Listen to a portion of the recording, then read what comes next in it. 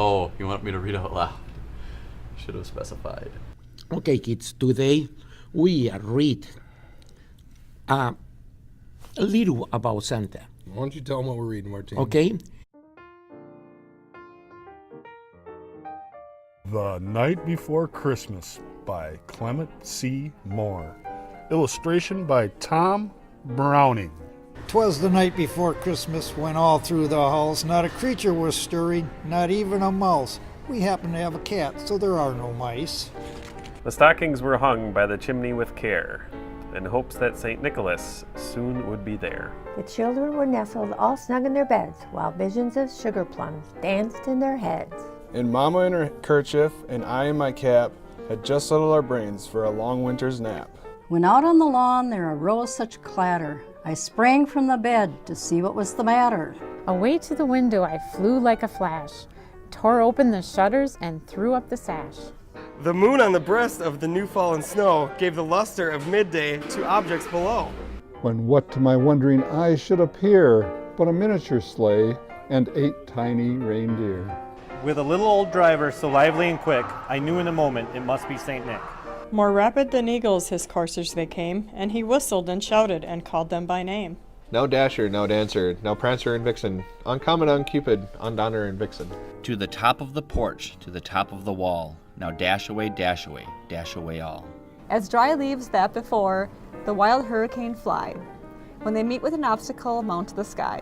Up to the housetop, the coursers they flew, with the sleigh full of toys, and St. Nicholas too.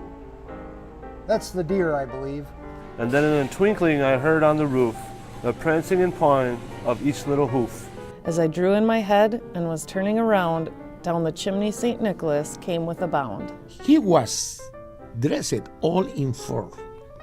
Okay, from his head to his foot, to his feet, and his clothes were all tarnished with ashes and soot.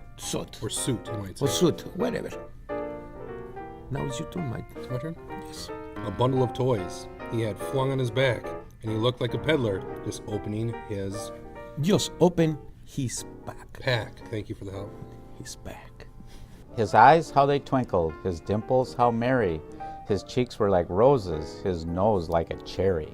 His droll little mouth was drawn up like a bow, and the beard of his chin was as white as the snow. The stump of a pipe he held tight in his teeth, and the smoke it encircled his head like a wreath.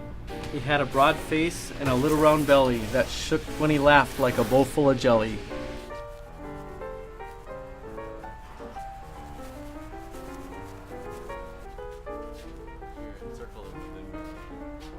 Hi!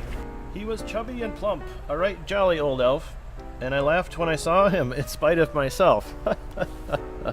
A wink of his eye and a twist of his head soon gave me to know I had nothing to dread. He spoke not a word, but went straight to his work, and filled all the stockings, then turned with a jerk. And laying his finger aside his nose, and giving a nod, up the chimney he rose. He sprang to his sleigh, to his team gave a whistle, and away they all flew, like the down of a thistle. But I heard him exclaim as he drove out of sight. Merry Christmas to all, and to all a good night. The end.